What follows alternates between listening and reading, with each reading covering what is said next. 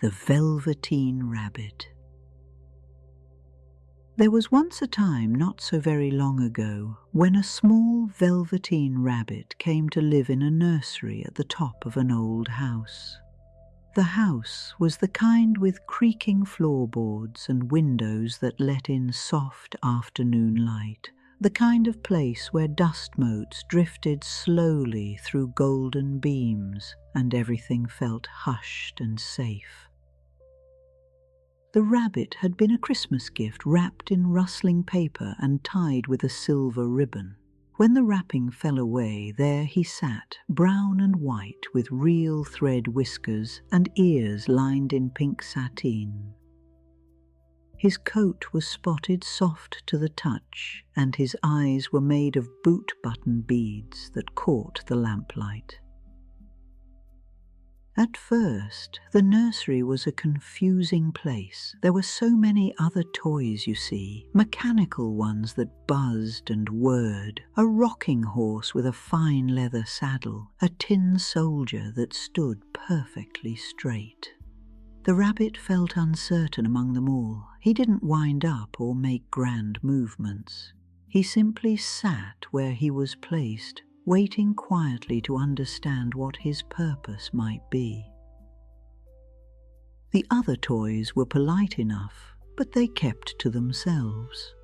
The rabbit noticed that some of them seemed very sure of their place in the world, very certain of their worth. He wondered if he would ever feel that way. He was just velveteen and sawdust after all. Nothing particularly remarkable.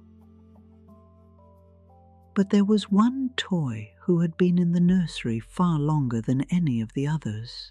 An old horse made of worn brown fabric with bald patches where his coat had rubbed away. The horse had lived there so long that he had become wise in the quiet way that old things often are. One evening, when the nursery was dim and peaceful, the rabbit found himself near the horse, and he worked up the courage to ask a question that had been troubling him. "What does it mean," the rabbit asked softly, "to be real?" The old horse looked at him with kind, knowing eyes. "Real isn't about how you're made," he said gently. "It's something that happens to you when someone loves you for a long, long time, not just to play with, but truly loves you. Then you become real." The rabbit considered this. "Does it hurt?" he asked, thinking of the worn patches on the horse's coat. "Sometimes," the horse admitted, "but when you're real, you don't mind being hurt. It doesn't happen all at once, you see. You become. It takes time.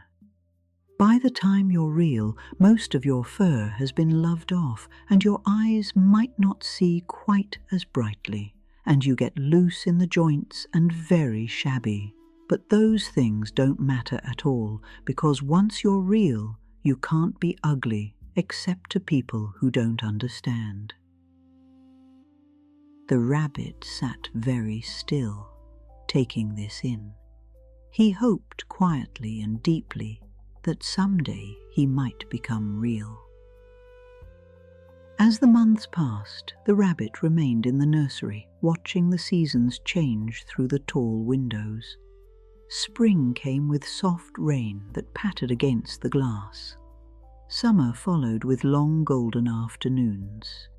He watched and waited, patient in the way that toys must be. And then, one night, something shifted. The child who lived in the nursery, a boy with gentle hands and thoughtful eyes, couldn't find the toy he usually slept with. His nanny searched the cupboards and under the bed, growing flustered in that way adults do when a small thing becomes important. "Here," she said at last, reaching for the Velveteen Rabbit. "This will do for tonight." She placed the rabbit in the boy's arms, and the boy, half asleep already, pulled the soft velveteen close against his cheek. The rabbit felt the warmth of the child's breath, the gentle weight of his arm, the quiet trust of being held through the darkness. That was the beginning. After that night, the rabbit became the boy's constant companion. Where the boy went, the rabbit went too. They had breakfast together in the morning light, the rabbit propped carefully against the marmalade jar. They spent afternoons in the garden, where the grass was long and sweet-smelling, and the boy would lay in the shade of the old apple tree with the rabbit tucked beside him.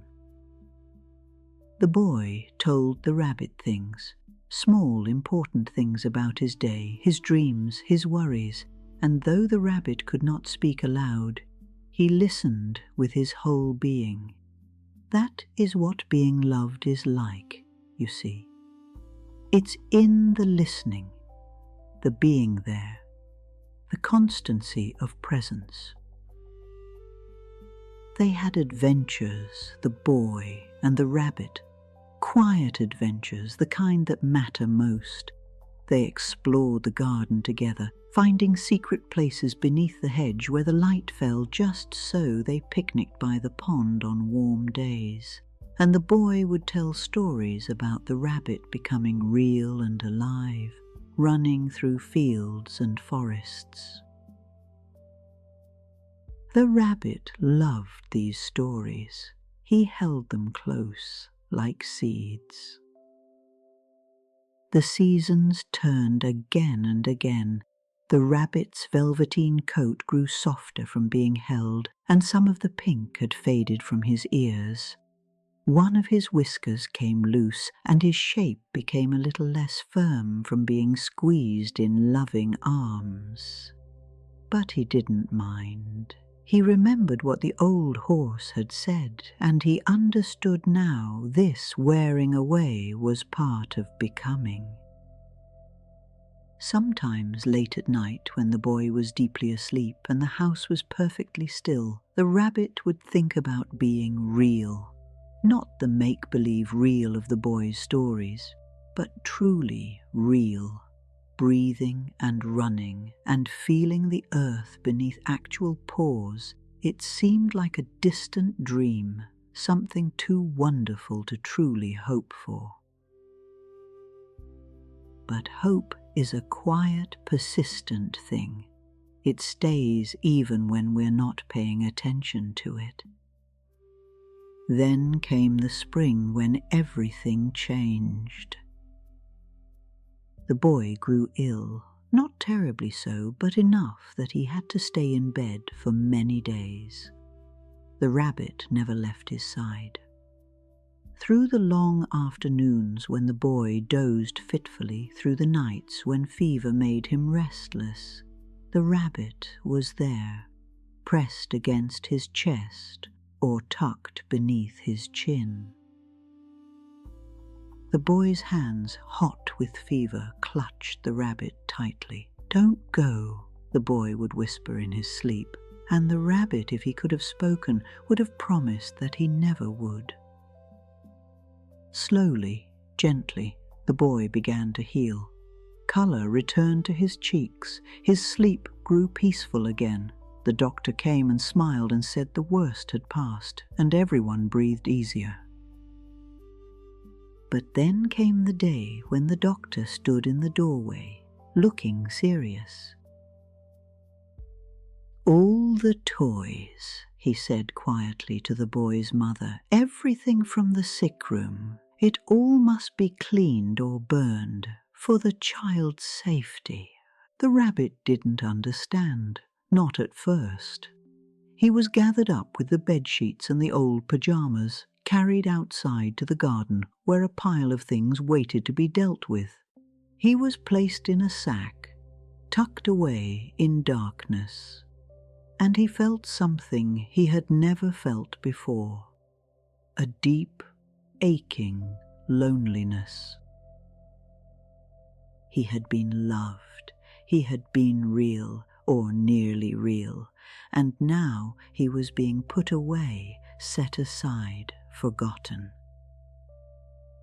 The rabbit thought of the boy's warm hands, his whispered secrets, the way they had watched clouds together on summer afternoons. All of that mattered, didn't it? All of that had been true. In the darkness of the sack, a single tear rolled from the rabbit's boot-button eye, a real tear born of real emotion from a heart that had learned to feel through being loved. Where the tear fell, something extraordinary happened. A flower began to grow, not an ordinary flower, but one that glowed softly in the dim garden, its petals luminous and strange. And from the center of the flower stepped a figure, graceful and shimmering, neither quite human nor quite anything else. The figure was the nursery magic fairy, and she moved like light through water, like warmth through cold. She reached into the sack and lifted the rabbit out, holding him gently in her arms. "Little rabbit," she said, and her voice was like the sound of wind through spring leaves, "you have been loved, truly loved. And when a toy has been loved that much, that deeply, that constantly, well, then the magic that children bring to the world makes you something more." She set him down on the soft grass, and as she did, the rabbit felt something shift. His body, which had been velveteen and sawdust, became something else, something warm and living. His legs, which had never moved on their own, twitched and stretched. His nose, which had been thread and fabric, twitched for the first time, catching the scent of clover and earth and evening air. He was real. The rabbit, no longer velveteen now, but fur and flesh and beating heart, stood on the grass on 4 trembling legs. He looked down at himself in wonder. His coat was brown and soft, his ears stood upright, and when he moved, his body responded with the joy of genuine life. Other rabbits appeared from the edge of the garden, their eyes bright and welcoming. They recognized him somehow, knew him for what he had become.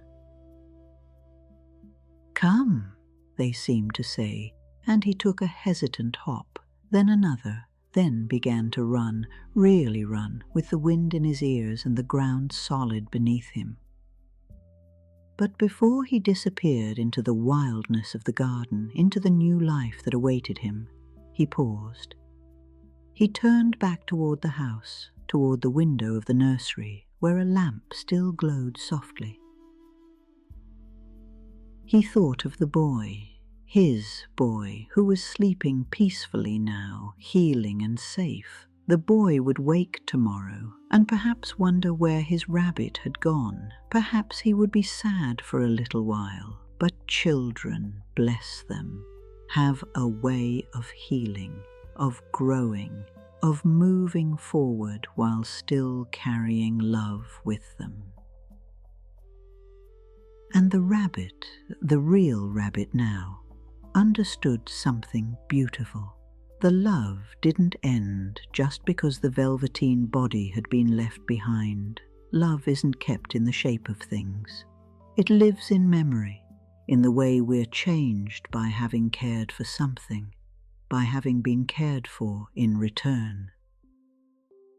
He had been loved enough to become real. That love would always be part of him, woven into the very fiber of his new existence.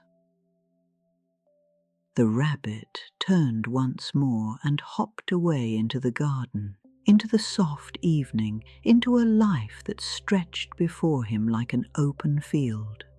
Somewhere in the distance, other rabbits were playing in the twilight, and he went to join them, carrying with him everything he had learned in the nursery about patience, about listening, about the quiet dignity of being present for someone who needs you. The garden was peaceful. The stars were beginning to emerge one by one in the darkening sky, and in the house the boy slept on, dreaming perhaps of rabbits running through meadows, free and joyful and thoroughly, completely real. And so the Velveteen Rabbit story ended where all the best stories do, with transformation, with gratitude, with the understanding that love, real love, changes everything it touches. He had been a simple toy once, uncertain of his place, but through the steady, patient gift of being cherished, he had become something more. He had become real. And in the quiet garden, beneath the gentle stars, he was finally, peacefully home. Sleep well.